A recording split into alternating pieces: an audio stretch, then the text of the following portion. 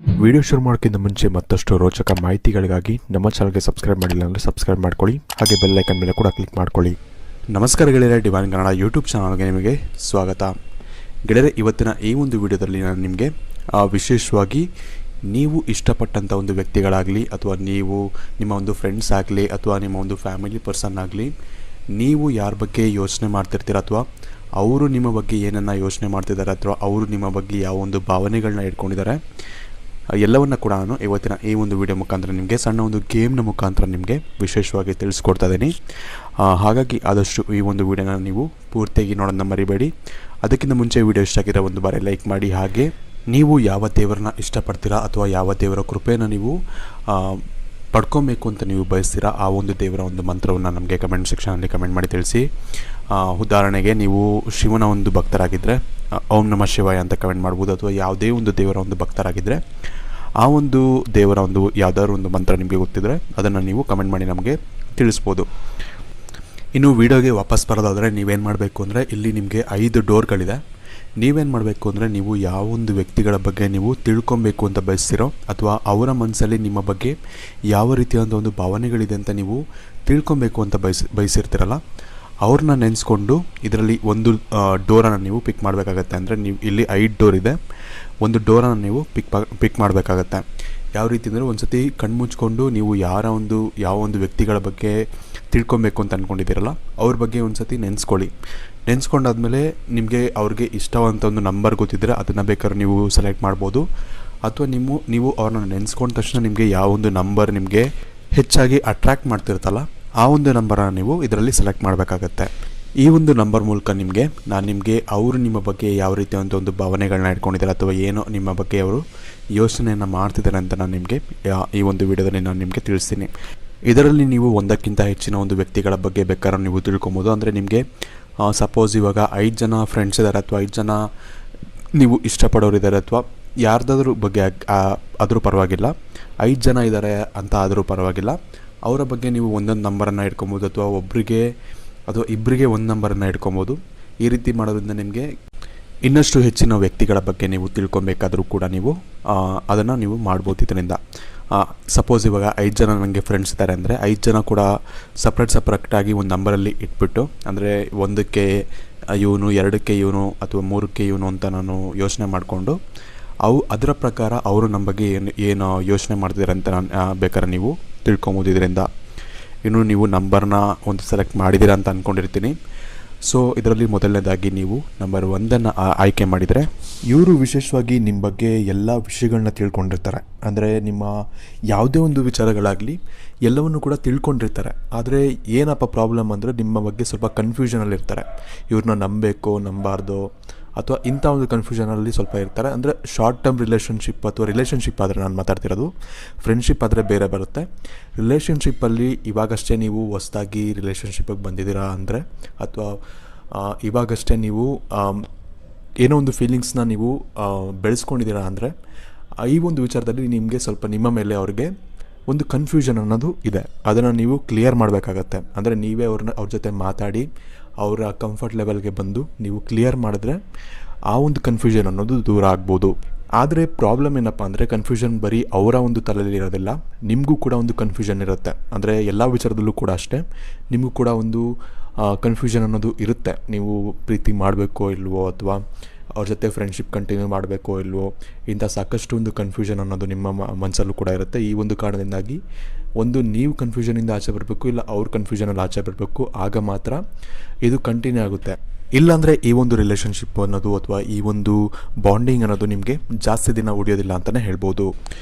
ಇದರ ಅರ್ಥ ಏನಪ್ಪ ಅಂದರೆ, ಎಲ್ಲೋ ಒಂದು ಕಡೆ ನಿಮ್ಮ ಪ್ರಾಬ್ಲಮ್ ಅನ್ನೋದು ಹೆಚ್ಚಾಗಿ ಕಾಣಿಸ್ತಿದೆ ಅಂತಲೇ ಹೇಳ್ಬೋದು. ನೀವು ಕೆಲವೊಂದು ಸತಿ ಓಪನ್ ಅಪ್ ಆಗಬೇಕಾಗತ್ತೆ. ಅಂದರೆ ಏನೇ ವಿಷಯ ಇದ್ರೂ ಅವ್ರ ಹತ್ರ ಶೇರ್ ಮಾಡ್ಕೊಳ್ಳೋದಾಗಲಿ ಅಥವಾ ನಿಮ್ಮ ಒಂದು ರೆಸ್ಪಾನ್ಸಿಬಿಲಿಟೀಸ್ ಅಥವಾ ನಿಮ್ಮ ಒಂದು ಕರ್ತವ್ಯಗಳೇನಿರುತ್ತೆ ಅದನ್ನು ನೀವು ಅರ್ಥ ಮಾಡ್ಕೊಳ್ಳೋದಾಗಲಿ, ಇಂಥ ಸಾಕಷ್ಟು ವಿಷಯಗಳಲ್ಲಿ ನೀವು ಸ್ವಲ್ಪ ಇಂಟ್ರೆಸ್ಟ್ ಕಮ್ಮಿ ತೋರಿಸ್ತೀರಾ.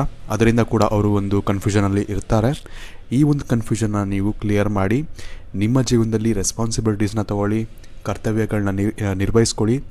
ಹಾಗೆ ಏನೇ ಒಪಿನಿಯನ್ ಇದ್ದರೂ ಕೂಡ ಅಥವಾ ಏನೇ ಒಂದು ವಿಷಯ ಹೇಳಬೇಕು ಅಂದರೂ ಕೂಡ, ಹಂಚ್ಕೊಬೇಕು ಅಂದರೂ ಕೂಡ ನಿಮ್ಮ ಒಂದು ಪಾರ್ಟ್ನರ್ ಆಗಲಿ ಅಥವಾ ನಿಮ್ಮ ಫ್ರೆಂಡ್ಸ್ ಆಗಲಿ ಅವ್ರ ಹತ್ರ ಶೇರ್ ಮಾಡಿಕೊಂಡಾಗ ನಿಮಗೆ ಇನ್ನಷ್ಟು ಹೆಚ್ಚಿನ ಒಂದು ರಿಲೀಫ್ ಅನ್ನೋದು ಸಿಗುತ್ತೆ ಅಂತ ಹೇಳ್ಬೋದು. ಹಾಗೆ ಆ ಒಂದು ನಿಮ್ಮ ಒಂದು ಥಿಂಕಿಂಗ್ ಏನಿರುತ್ತೆ ಅದ್ರ ಬಗ್ಗೆ ಅವರು ಕೂಡ ತಿಳ್ಕೊಂಡು ಒಂದೊಳ್ಳೆ ಸಜೆಷನ್ ಅನ್ನೋದು ಕೂಡ ಅವರಿಂದ ನಿಮಗೆ ಸಿಗೋವಂಥ ಚಾನ್ಸಸ್ಗಳು ಜಾಸ್ತಿ ಇರುತ್ತೆ. ಹಾಗಾಗಿ ನೀವು ಹೆಚ್ಚಾಗಿ ಓಪನ್ ಅಪ್ ಆಗಬೇಕಾಗತ್ತೆ.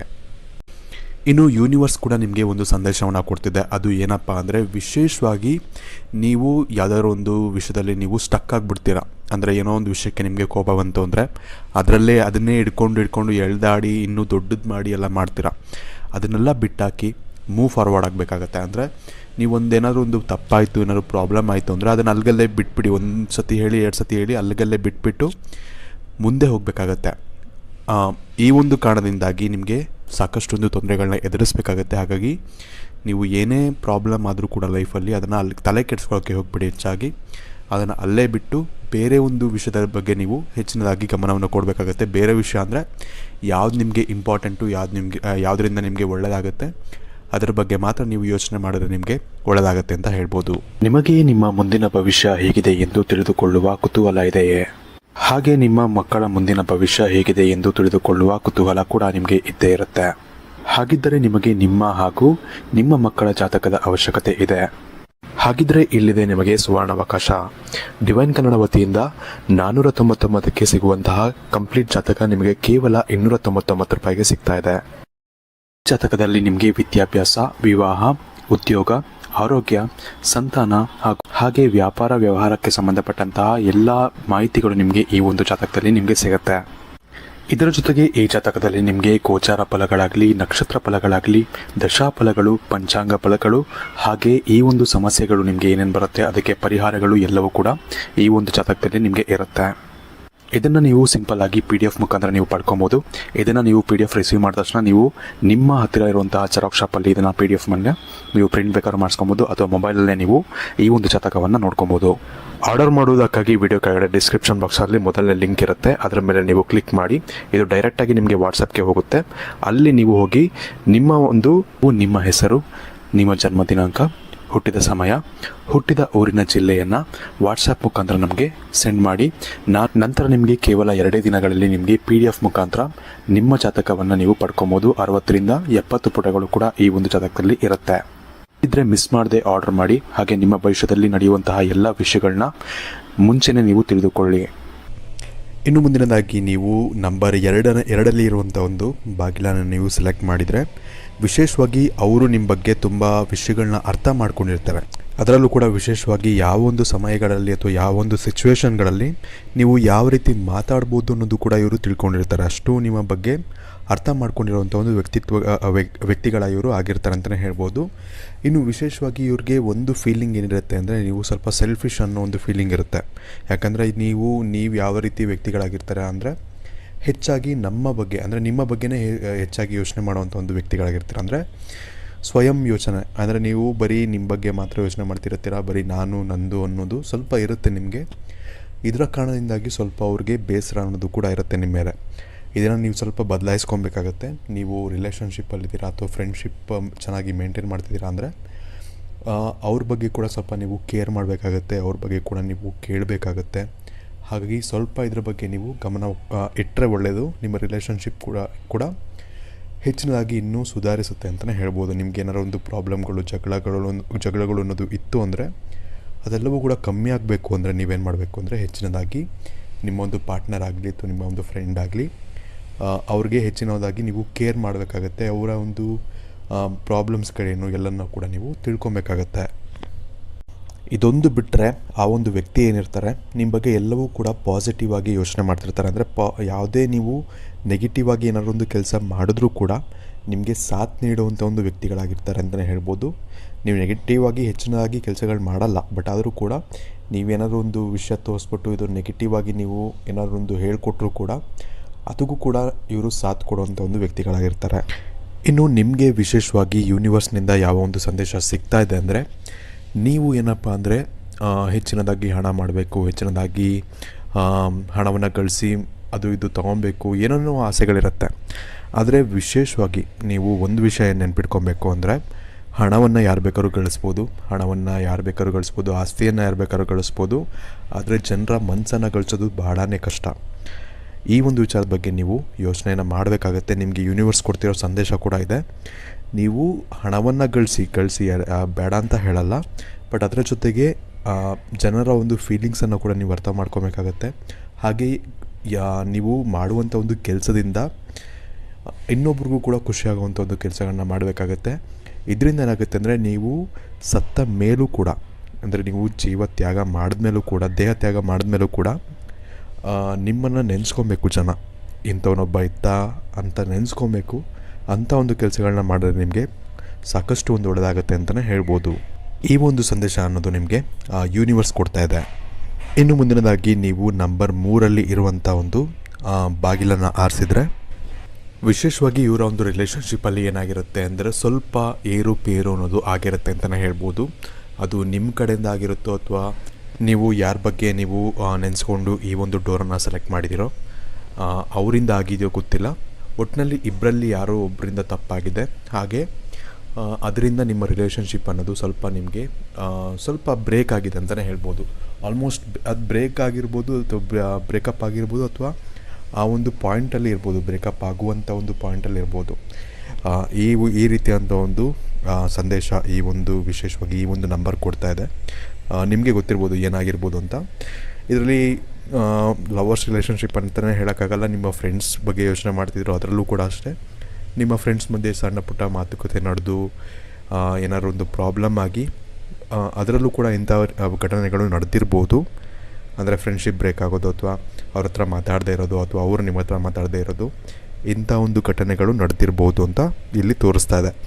ಇದರಲ್ಲಿ ನಾನು ನಿಮಗೆ ಏನು ರೆಕಮೆಂಡ್ ಮಾಡ್ತೀನಿ ಅಂದರೆ, ತಪ್ಪು ನಿಮ್ಮಿಂದ ಆಗಿತ್ತು ಅಂದರೆ, ಅವರಿಂದ ಅಲ್ಲ, ತಪ್ಪೇನಾದ್ರು ನಿಮ್ಮಿಂದ ಆಗಿತ್ತು ಅಂದರೆ ಹೋಗಿ ಸಾರಿ ಕೇಳಿ. ಯಾಕಂದರೆ ನಿಮಗೆ ಬೇಕು ಅಂದರೆ ನಿಮ್ಮ ರಿಲೇಷನ್ಶಿಪ್ ಹಂಗೆ ಇರಬೇಕು, ಚೆನ್ನಾಗಿ ಮುಂದೆ ಹೋಗಬೇಕು ಅನ್ನೋ ಒಂದು ಥಿಂಕಿಂಗ್ ನಿಮಗೆ ಇದ್ದರೆ ಹೋಗಿ ನೀವೇ ಸಾರಿ ಕೇಳಿ. ಯಾಕಂದರೆ ಸಾರಿ ಕೇಳೋದ್ರಿಂದ ಯಾರೂ ಕೂಡ ಚಿಕ್ಕವರಾಗಲ್ಲ. ತಪ್ಪಾಯಿತು ಅಂತ ಕೇಳ್ಕೊಳ್ಳಿ. ನಿಮ್ಮಿಂದ ತಪ್ಪಾಗಿದ್ದರೆ ತಪ್ಪಾಯಿತು ಅಂತ ಕೇಳಿಕೊಂಡು ರಿಲೇಷನ್ಶಿಪ್ಪನ್ನು ಕಂಟಿನ್ಯೂ ಮಾಡೋಕ್ಕೆ ಪ್ರಯತ್ನವನ್ನು ಪಡಿ. ಯಾಕಂದರೆ ನಾವು ಎಷ್ಟು ದಿನ ಇರ್ತೀವಿ ಅಂತ ಗೊತ್ತಿಲ್ಲ ಈ ಒಂದು ಜಗತ್ತಲ್ಲಿ. ಹಾಗಾಗಿ ಆದಷ್ಟು ನೀವು ಪ್ರೀತಿಯನ್ನು ಹಂಚಬೇಕು ಅನ್ನೋ ಒಂದು ಕಾರಣದಿಂದಾಗಿ ಈ ಒಂದು ವಿಷಯನ ಹೇಳ್ತಿದ್ದೀನಿ. ಕೈಲಾದರೆ ಅದನ್ನು ಸರಿ ಮಾಡ್ಕೊಳ್ಳೋಕ್ಕೆ ನೋಡಿ. ನಿಮಗೂ ಇಷ್ಟ ಇಲ್ಲ ಅಂದರೆ ಅದು ನಿಮಗೆ ಬಿಟ್ಟಿದ್ದು ಅಂತಲೇ ಹೇಳ್ಬೋದು. ವಿಶೇಷವಾಗಿ ಈ ಒಂದು ಬಾಗಿಲನ್ನು ಸೆಲೆಕ್ಟ್ ಮಾಡಿರೋರಿಗೆ ಈ ಒಂದು ಸಂದೇಶ ಅನ್ನೋದು ನಿಮಗೆ ತೋರಿಸ್ತಾ ಇದೆ. ಇನ್ನು ಯೂನಿವರ್ಸ್ ಕಡೆಯಿಂದ ನಿಮಗೆ ಏನು ಸಂದೇಶ ನಿಮಗೆ ಸಿಗ್ತಾ ಇದೆ ಅಂತ ನಾನು ಹೇಳ್ತೀನಿ, ಕೇಳಿಸ್ಕೊಳ್ಳಿ. ವಿಶೇಷವಾಗಿ ನಿಮಗೆ ಯೂನಿವರ್ಸ್ ಏನು ಸಂದೇಶ ಕೊಡ್ತಿದೆ ಅಂದರೆ, ನಾನು 2 ನಂಬರ್ಗೆ ಏನು ಹೇಳ್ತಿದೆ ಅದೇ ಸಂದೇಶವನ್ನು ನಿಮಗೂ ಕೂಡ ಕೊಡ್ತಾ ಇದೆ. ವಿಶೇಷವಾಗಿ ದೇವರು ನಿಮಗೆ ಯಾವುದೋ ಒಂದು ವಿಷಯದಲ್ಲಿ ಟ್ಯಾಲೆಂಟ್ ಅನ್ನೋದನ್ನ ಕೊಟ್ಟಿದ್ದಾನೆ. ಅಂದರೆ ಅದು ಹಾಡಾಡೋದ್ರಲ್ಲಾಗಿರ್ಬೋದು, ಅಥವಾ ಬರವಣಿಗೆಯಲ್ಲಾಗಿರ್ಬೋದು, ಅಥವಾ ಯಾವುದೋ ಒಂದು ವಿಷಯದಲ್ಲಿ, ನೀವು ಓದಿನ ಬಗ್ಗೆ ಆದರೂ ಪರವಾಗಿಲ್ಲ, ಯಾವುದೋ ಒಂದು ವಿಷಯದಲ್ಲಿ ನಿಮಗೆ ತುಂಬ ಒಂದು ಒಳ್ಳೆಯ ಒಂದು ಟ್ಯಾಲೆಂಟನ್ನು ಕೊಟ್ಟಿದ್ದಾನೆ. ಅದನ್ನು ನೀವು ಬಳಸ್ಕೊಂಡು, ಅಂದರೆ ಒಳ್ಳೆಯ ರೀತಿಯಲ್ಲಿ ಬಳಸ್ಕೊಂಡು ನೀವು ಭಾಳಷ್ಟು ಫೇಮಸ್ ಆಗ್ಬೋದು. ವಿಶೇಷವಾಗಿ ಯೂನಿವರ್ಸ್ ಕೂಡ ನಿಮಗೆ ಇದೇ ಸಂದೇಶವನ್ನು ಕೊಡ್ತಿದ್ದೆ. ಏನಪ್ಪ ಅಂದರೆ, ನೀವು ಟ್ಯಾಲೆಂಟನ್ನು ಒಳ್ಳೆಯದಕ್ಕೆ ಬಳಸ್ಕೊಂಡು ನೀವು ಸತ್ತ ನಂತರ ಕೂಡ, ನೀವು ದೇಹ ತ್ಯಾಗ ಮಾಡಿದ ನಂತರ ಕೂಡ ಜನ ನಿಮ್ಮನ್ನು ನೆನೆಸ್ಕೊಬೇಕು. ಆ ರೀತಿಯಾದ ಒಂದು ಕೆಲಸಗಳನ್ನ ಮಾಡಿ ನೀವು ಹೆಚ್ಚಿನ ಹಣವನ್ನು ಗಳಿಸಿದರೆ ಅದರಿಂದ ಜನರಿಗೂ ಕೂಡ ಸಹಾಯವನ್ನು ಮಾಡಿ, ಅದರಿಂದ ನಿಮಗೂ ಕೂಡ ಒಳ್ಳೆಯದಾಗುತ್ತೆ. ಅದ್ರ ಜೊತೆಗೆ ನಿಮ್ಮ ಒಂದು ಮಕ್ಕಳು ಅಥವಾ ನಿಮ್ಮ ಒಂದು ಮಕ್ಕಳು, ಅಂದರೆ ನಿಮ್ಮ ಕಮ್ಮಿಂಗ್ ಜನ್ರೇಷನ್ವರೆಗೂ ಕೂಡ ನೀವು ಮಾಡಿರುವಂಥ ಒಂದು ಒಳ್ಳೆಯ ಒಂದು ಕೆಲಸಗಳಿಂದ ಅವ್ರಿಗೂ ಕೂಡ ಒಳ್ಳೆಯ ಒಂದು ಫಲಗಳು ಅಥವಾ ಒಳ್ಳೆಯ ಒಂದು ಪೊಸಿಷನ್ಗೆ ಹೋಗುವಂಥ ಒಂದು ಸಾಕಷ್ಟು ಹೆಚ್ಚಿನ ಒಂದು ಲಾಭಗಳು ಅನ್ನೋದು ಅವ್ರಿಗೂ ಕೂಡ ಸಿಗುತ್ತೆ ಅಂತಲೇ ಹೇಳ್ಬೋದು. ಹಾಗಾಗಿ ಒಳ್ಳೆಯ ಒಂದು ಹೆಸರನ್ನು ಗಳಿಸಿ ಅನ್ನೋ ಒಂದು ಸಂದೇಶವನ್ನು ನಿಮಗೆ ಯೂನಿವರ್ಸ್ ಅನ್ನೋದು ಕೊಡ್ತಾ ಇದೆ. ಇನ್ನು ನೀವು ಮುಂದಿನದಾಗಿ ನಂಬರ್ 4 ಇರುವಂಥ ಒಂದು ಡೋರನ್ನು ಆಯ್ಕೆ ಮಾಡಿದರೆ, ಇವರು ವಿಶೇಷವಾಗಿ, ಅಂದರೆ ನೀವು ಯಾರ ಬಗ್ಗೆ ಯೋಚನೆ ಮಾಡ್ತಿದ್ದೀರಾ ಅವರು ವಿಶೇಷವಾಗಿ ನಿಮ್ಮ ಗರ್ಲ್ ಫ್ರೆಂಡ್ ಅಥವಾ ಬಾಯ್ ಫ್ರೆಂಡ್ ಆಗಿರ್ಬೋದು, ಅಥವಾ ಗಂಡ ಅಥವಾ ಹೆಂಡತಿ ಆಗಿರ್ಬೋದು. 90% ಈ ಒಂದು ನಂಬರ್ ಸೆಲೆಕ್ಟ್ ಮಾಡಿದವ್ರಿಗೆ ಹೇಳ್ತೀನಿ. ಅದನ್ನು ಬಿಟ್ಟರೆ ಇನ್ನೊಂದು 5% ಅಥವಾ ಇನ್ನೊಂದು 10% ನಿಮ್ಮ ಬೆಸ್ಟ್ ಫ್ರೆಂಡ್ ಕೂಡ ಆಗಿರ್ಬೋದು, ಅಥವಾ ತುಂಬ ನೀವು ನಂಬುವಂಥ ಒಂದು ವ್ಯಕ್ತಿಗಳು ಕೂಡ ಆಗಿರ್ಬೋದು. ವಿಶೇಷವಾಗಿ ಈ ಒಂದು ನಂಬರ್ ಏನು ತೋರಿಸ್ತಾ ಇದೆ ಅಂದರೆ, ನಿಮ್ಮ ಇಬ್ಬರ ಬಾಂಡಿಂಗ್ ತುಂಬ ಚೆನ್ನಾಗಿದೆ ಅಂತ ತೋರಿಸ್ತಾ ಇದೆ. ಹಾಗೆ ಅವ್ರಿಗೆ ನಿಮ್ಮ ಮೇಲೆ ತುಂಬಾ ಒಂದು ಪ್ರೀತಿ ಅನ್ನೋದು ಇದೆ. ಬೆಸ್ಟ್ ಫ್ರೆಂಡ್ ಮೇಲೂ ಪ್ರೀತಿ ಇರ್ಬೋದು, ಅದು ಬೇರೆ ವಿಷಯ. ಹಾಗಾಗಿ ತುಂಬ ಒಂದು ಒಳ್ಳೆಯ ಒಂದು ಬಾಂಡಿಂಗ್ ಇದೆ, ತುಂಬ ಪ್ರೀತಿ ಇದೆ. ಒಳ್ಳೆಯ ಒಂದು ಸಂಕೇತ ಅಂತಲೇ ಹೇಳ್ಬೋದು. ಯಾವುದೇ ಒಂದು ಫ್ಲಾಸ್ ಅನ್ನೋದು ಇಲ್ಲ. ಫ್ಲಾಸ್ ಅಂದರೆ ಯಾವುದೇ ರೀತಿಯಾದಂಥ ಒಂದು ಪ್ರಾಬ್ಲಮ್ಗಳು ಇರೋದಿಲ್ಲ ಅಂತ ಈ ಒಂದು ನಂಬರ್ ತೋರಿಸ್ತಾ ಇದೆ. ಇದು ಒಳ್ಳೆಯ ವಿಷಯ ಅಂತಲೇ ಹೇಳ್ಬೋದು. ಹಾಗೆ ಇನ್ನೊಂದು ವಿಷಯ ಏನಪ್ಪ ಅಂದರೆ ಅವರು ನಿಮ್ಮ ಜೊತೆ ಹೆಚ್ಚಿನದಾಗಿ ಟೈಮ್ ಸ್ಪೆಂಡ್ ಮಾಡಬೇಕು, ಯಾವಾಗಲೂ ಇವ್ರ ಜೊತೆನೇ ಇರಬೇಕು ಅನ್ನೋ ಒಂದು ಯೋಚನೆಯನ್ನು ಕೂಡ ಮಾಡ್ತಾ ಇದ್ದಾರೆ ಅಂತಲೇ ಹೇಳ್ಬೋದು. ಇದು ಕೂಡ ನಿಮಗೆ ಒಳ್ಳೆಯ ವಿಷಯ ಅಂತ ಹೇಳ್ಬೋದು. ಇನ್ನು ಯೂನಿವರ್ಸ್ ನಿಮಗೆ ಯಾವ ಸಂದೇಶವನ್ನು ಕೊಡ್ತಾ ಇದೆ ಅಂದರೆ, ನಿಮ್ಮ ಜೀವನದಲ್ಲಿ ಯಾವುದೇ ವಿಚಾರದಲ್ಲಿ ನಿಮಗೆ ಕಷ್ಟ ಬಂದರೂ ಕೂಡ ದೇವರ ಒಂದು ಸ್ಮರಣೆ ಮಾಡಿ, ನಿಮ್ಮ ಒಂದು ಇಷ್ಟ ದೇವರು ಯಾವುದಾದ್ರೂ ಪರವಾಗಿಲ್ಲ, ವಿಶೇಷವಾಗಿ ಶಿವನ ಒಂದು ಆರಾಧನೆಯನ್ನು ಹೆಚ್ಚಿನದಾಗಿ ನೀವು ಮಾಡಿದ್ರಿ ಅಂದರೆ ನಿಮ್ಮ ಒಂದು ಕಷ್ಟಗಳು ಏನಿದೆ ಜೀವನದಲ್ಲಿ ಯಾವುದೇ ವಿಚಾರದಲ್ಲಿ ನಿಮಗೆ ಕಷ್ಟ ಇದ್ದರೂ ಕೂಡ ಅವೆಲ್ಲವೂ ಕೂಡ ಪರಿಹಾರ ಆಗುತ್ತೆ ಅನ್ನೋ ಒಂದು ಸಂದೇಶವನ್ನು ಯೂನಿವರ್ಸ್ ನಿಮಗೆ ನೀಡ್ತಾ ಇದೆ. ಇನ್ನು ಮುಂದಿನದಾಗಿ ನೀವು ನಂಬರ್ 5 ಸೆಲೆಕ್ಟ್ ಮಾಡಿದರೆ, ಇವರು ನಿಮ್ಮ ಬಗ್ಗೆ ಅಂದರೆ ವಿಶೇಷವಾಗಿ ನೀವು ಯಾರ ಬಗ್ಗೆ ಯೋಚನೆ ಮಾಡ್ತಿರ್ತಾರಲ್ಲ ಅವರು ನಿಮ್ಮ ಬಗ್ಗೆ ವಿಶೇಷವಾಗಿ ಒಳ್ಳೆಯ ಒಂದು ಥಿಂಕಿಂಗನ್ನೇ ಮಾಡ್ತಿರ್ತಾರೆ. ಯಾವುದೇ ಒಂದು ಅಡೆತಡೆ ಅನ್ನೋದು ಇರೋದಿಲ್ಲ. ವಿಶೇಷವಾಗಿ ಒಂದು ವಿಷಯ ನಿಮ್ಮಲ್ಲೇನು ಪ್ರಾಬ್ಲಮ್ ಇರುತ್ತೆ ಅಂದರೆ, ನೀವು ಅವ್ರ ಬಗ್ಗೆ ಹೆಚ್ಚಿನದಾಗಿ ಕೇರ್ ಮಾಡ್ತೀರಾ, ಎಲ್ಲವೂ ಕೂಡ ಚೆನ್ನಾಗೇ ಮಾಡ್ತೀರಾ, ಅಂದರೆ ಎಲ್ಲ ವಿಷಯದಲ್ಲೂ ಕೂಡ ನೀವು ಒಳ್ಳೆ ರೀತಿಯಲ್ಲಿ ಕೇರ್ ಮಾಡ್ತೀರಾ. ಬಟ್ ಆದರೆ ಒಂದೇನು ಪ್ರಾಬ್ಲಮ್ ಇರುತ್ತೆ ನಿಮ್ಮಲ್ಲಿ ಅಂದರೆ, ಯಾವುದೇ ಒಂದು ವಿಚಾರವನ್ನು ಅನಲೈಸ್ ಮಾಡಬೇಕಂದ್ರೆ, ಅಂದರೆ ಏನೋ ಒಂದು ಪ್ರಾಬ್ಲಮ್ ಬರುತ್ತೆ ಅದನ್ನು ಅನಲೈಸ್ ಮಾಡಬೇಕಂದ್ರೆ ಕರೆಕ್ಟಾಗಿ ಅದನ್ನು ತಿಳ್ಕೊಳ್ಳೋದಿಲ್ಲ. ಏನು ಪ್ರಾಬ್ಲಮ್ ಇದೆ, ಇಲ್ಲಿ ಏನು ನಡೀತಾ ಇದೆ ಅನ್ನೋ ಒಂದು ವಿಚಾರವನ್ನು ನೀವು ಕರೆಕ್ಟಾಗಿ ತಿಳ್ಕೊಳ್ಳೋದಿಲ್ಲ. ಅದರಿಂದ ಅವ್ರಿಗೆ ಸ್ವಲ್ಪ ನಿಮ್ಮಿಂದ ಪ್ರಾಬ್ಲಮ್ ಇದೆ ಅಂತಲೇ ಹೇಳ್ಬೋದು. ಈ ಒಂದು ವಿಚಾರವನ್ನು ನೀವು ಸರಿ ಮಾಡ್ಕೊಬೇಕಾಗತ್ತೆ. ಅಂದರೆ ಏನಂದರೆ, ನೀವು ಯಾವುದಾದ್ರೂ ಒಂದು ಪ್ರಾಬ್ಲಮ್ ಬಂತು ಅಂದರೆ ನಿಮ್ಮ ಜೀವನದಲ್ಲಿ ಎಲ್ಲ ಲೈಫಲ್ಲೂ ಪ್ರಾಬ್ಲಮ್ ಅನ್ನೋದು ಬರುತ್ತೆ, ನಿಮ್ಮ ಲೈಫಲ್ಲೂ ಪ್ರಾಬ್ಲಮ್ ಅನ್ನೋದು ಬಂದಿರುತ್ತೆ. ಆ ಪ್ರಾಬ್ಲಮ್ ಅಂತ ಬಂದಾಗ ಅದನ್ನು ನೀವು ಕರೆಕ್ಟಾಗಿ ಆ ಪ್ರಾಬ್ಲಮ್ ಎಲ್ಲಿಂದ ಬಂತು, ಯಾಕೆ ಬಂತು ಅನ್ನೋದು ಅನಲೈಸ್ ಮಾಡಬೇಕಾಗತ್ತೆ. ಇಲ್ಲಾಂದರೆ ನೀವು ಆ ಒಂದು ಪ್ರಾಬ್ಲಮ್ಮಿಂದ ಆಚೆ ಬರೋದಕ್ಕೆ ತುಂಬ ಕಷ್ಟ ಆಗುತ್ತೆ. ಅದರ ಬಗ್ಗೆ ನಿಮಗೆ ನಿಮ್ಮಲ್ಲಿರುವಂಥ ಈ ಒಂದು ಗುಣದ ಬಗ್ಗೆ ಅವ್ರಿಗೆ ಸ್ವಲ್ಪ ಒಂದು ಬೇಜಾರು ಅನ್ನೋದು ಇದೆ. ಅದನ್ನು ನೀವು ಸರಿ ಮಾಡಿಕೊಂಡ್ರೆ ಒಳ್ಳೆಯದು ಅಂತಲೇ ಹೇಳ್ಬೋದು. ಇನ್ನೊಂದು ಪ್ರಾಬ್ಲಮ್ ಏನಿರುತ್ತೆ ನಿಮ್ಮಲ್ಲಿ ಅಂದರೆ, ನಿಮಗೆ ಸ್ವಲ್ಪ ಸ್ವಾರ್ಥ ಅನ್ನೋದು ಹೆಚ್ಚಾಗಿರುತ್ತೆ. ಅಂದರೆ ಸೆಲ್ಫಿಶ್ನೆಸ್ ನಿಮಗೆ ಹೆಚ್ಚಾಗಿರುತ್ತೆ. ಅಂದರೆ ನೀವು ಹೆಚ್ಚಿನದಾಗಿ ನಿಮ್ಮ ಬಗ್ಗೆ ಮಾತ್ರ ಯೋಚನೆ ಮಾಡ್ತೀರಾ. ಒಂದು ವಿಷಯ ನೆನ್ಪಿಟ್ಕೊಬೇಕು ಅಂದರೆ, ನೀವು ಹೆಚ್ಚಿನದಾಗಿ ನೀವೊಂದು ಪಾರ್ಟ್ನರ್ ಅಥವಾ ನಿಮಗೆ ಯಾರಾದರೂ ಒಬ್ಬರು ನಿಮಗೆ ಲೈಫ್ ಪಾರ್ಟ್ನರ್ ಅಂತ ಇದ್ದಾರೆ ಅಂದಾಗ ನೀವು ಅವ್ರ ಬಗ್ಗೆ ಕೂಡ ಯೋಚನೆ ಮಾಡಬೇಕಾಗತ್ತೆ. ಅವರ ಒಂದು ಫೀಲಿಂಗ್ಸನ್ನು ಕೂಡ ನೀವು ಅರ್ಥ ಮಾಡ್ಕೊಬೇಕಾಗತ್ತೆ. ಆಗ ಮಾತ್ರ ನಿಮ್ಮ ರಿಲೇಷನ್ಶಿಪ್ ಅನ್ನೋದೇನಿರುತ್ತೆ ಹೆಚ್ಚಿನ ಒಂದು ಸಮಯ ಚೆನ್ನಾಗಿರುತ್ತೆ ಅಂತ ಹೇಳ್ಬೋದು. ಹಾಗಾಗಿ ಈ ಒಂದು ವಿಷಯದ ಬಗ್ಗೆ ನೀವು ಯೋಚನೆಯನ್ನು ಮಾಡಿದ್ರೆ ಒಳ್ಳೆಯದು ಅಂತ ಹೇಳ್ಬೋದು. ಇನ್ನು ನಿಮಗೆ ಯೂನಿವರ್ಸ್ ಕಡೆಯಿಂದ ಸಿಗ್ತಿರುವಂಥ ಒಂದು ಸಂದೇಶ ಏನಪ್ಪ ಅಂದರೆ, ನೀವು ಸಮಯಕ್ಕೆ ಒಂದು ಹೆಚ್ಚಿನ ಒಂದು ಮಹತ್ವವನ್ನು ಕೊಡಬೇಕಾಗತ್ತೆ. ಅಂದರೆ ನೀವೇನು ಯೋಚನೆ ಮಾಡ್ತಿರ್ತೀರ ಅಂದರೆ, ಇವಾಗ ಇರುವಂಥ ಒಂದು ಸಿಚುವೇಶನ್ ಆಗಲಿ ಅಥವಾ ಇವಾಗಿರುವಂಥ ಒಂದು ಟೈಮ್ ಆಗಲಿ ತುಂಬ ಚೆನ್ನಾಗಿರೋದಿಲ್ಲ ಅಂತ ನೀವು ಯೋಚನೆ ಮಾಡ್ತಿರ್ತೀರ. ನಮ್ಮ ಜೀವನ ಪೂರ್ತಿ ಹಿಂಗೆ ಇರುತ್ತೆ ಅಂತ ನೀವು ಯೋಚನೆಯನ್ನು ಮಾಡ್ತಿರ್ತೀರ. ವಿಶೇಷವಾಗಿ ಒಂದು ಏನೋ ನೀವು ನೆನ್ಪಿಡ್ಕೊಬೇಕು ಅಂದರೆ, ಎಲ್ಲರ ಟೈಮ್ ಕೂಡ ಚೇಂಜ್ ಆಗುತ್ತೆ, ಎಲ್ಲರಿಗೂ ಸಮಯ ಅನ್ನೋದು ಬಂದೇ ಬರುತ್ತೆ. ಹಾಗಾಗಿ ಆ ಒಂದು ಸಮಯದ ಮೇಲೆ ಅಂದರೆ ನಿಮ್ಮ ಮೇಲೆ ನೀವು ವರ್ಕ್ ಮಾಡಿಕೊಂಡು ಹೋಗಿ, ನೀವು ಇರುವಂಥ ಒಂದು ಜಾಗದಲ್ಲಿ ಅಥವಾ ಇರುವಂಥ ಒಂದು ಕೆಲಸದಲ್ಲಿ ನೀವು ಒಳ್ಳೆಯ ಒಂದು ಕೆಲಸವನ್ನು ಮಾಡಿ, ನೀವು ಬರುವಂಥ ಒಂದು ಸಮಯದಲ್ಲಿ ಸಾಕಷ್ಟು ನಿಮಗೆ ಒಳ್ಳೆಯ ಒಂದು ಯೋಗ ಅನ್ನೋದು ನಿಮಗೆ ಇರುತ್ತೆ ಅಂತ ಹೇಳ್ಬೋದು. ಇನ್ನು ಇವತ್ತಿನ ಈ ವಿಡಿಯೋಗೆ ಇಷ್ಟ ಪಡಿಸ್ತೀವಿ. ಈ ವಿಡಿಯೋ ಇಷ್ಟ ಆಗಿರೋ ಲೈಕ್ ಮಾಡಿ, ಶೇರ್ ಮಾಡಿ. ಹಾಗೆ ನೀವು ನಮ್ಮ ಚಾನಲ್ಗೆ ಸಬ್ಸ್ಕ್ರೈಬ್ ಮಾಡಿಲ್ಲ ಅಂದರೆ ಸಬ್ಸ್ಕ್ರೈಬ್ ಮಾಡಿಕೊಡಿ. ಹಾಗೆ ನೀವು ಯಾವ ನಂಬರನ್ನು ಸೆಲೆಕ್ಟ್ ಮಾಡಿದರೆ, ಹಾಗೆ ನಿಮ್ಮ ಬಗ್ಗೆ ನಾನು ಹೇಳಿದಂಥ ವಿಷಯಗಳು ನಿಮಗೆ ಎಷ್ಟು ರಿಲೇಟ್ ಆಯಿತು, ಎಷ್ಟು ರಿಲೇಟ್ ಆಗಲಿಲ್ಲ, ಅಂದರೆ ನಿಮ್ಮ ಪಾರ್ಟ್ನರ್ ಬಗ್ಗೆ ಅಥವಾ ನೀವು ಯೋಚನೆ ಮಾಡಿದಂಥವ್ರ ಬಗ್ಗೆ ಹೇಳಿದಂಥ ಒಂದು ಮಾತುಗಳು ಏನೇನಾಯಿತು ಅಂತ ನಮಗೆ ಕಮೆಂಟ್ ಸೆಕ್ಷನಲ್ಲಿ ಕಮೆಂಟ್ ಮಾಡಿ ನಮಗೆ ತಿಳಿಸೋದನ್ನು ನೀವು ಮರಿಬೇಡಿ. ಎಷ್ಟು % ರೇಟ್ ಆಯಿತು ಅಂತ ಬೇಕಾದ್ರೆ ನೀವು ಹೇಳ್ಬೋದು. 100% ಅಂದರೆ 100% ಅನ್ಬೋದು, 90% ಅಂದರೆ 90% ಅನ್ಬೋದು. ಸೊ ಧನ್ಯವಾದಗಳು.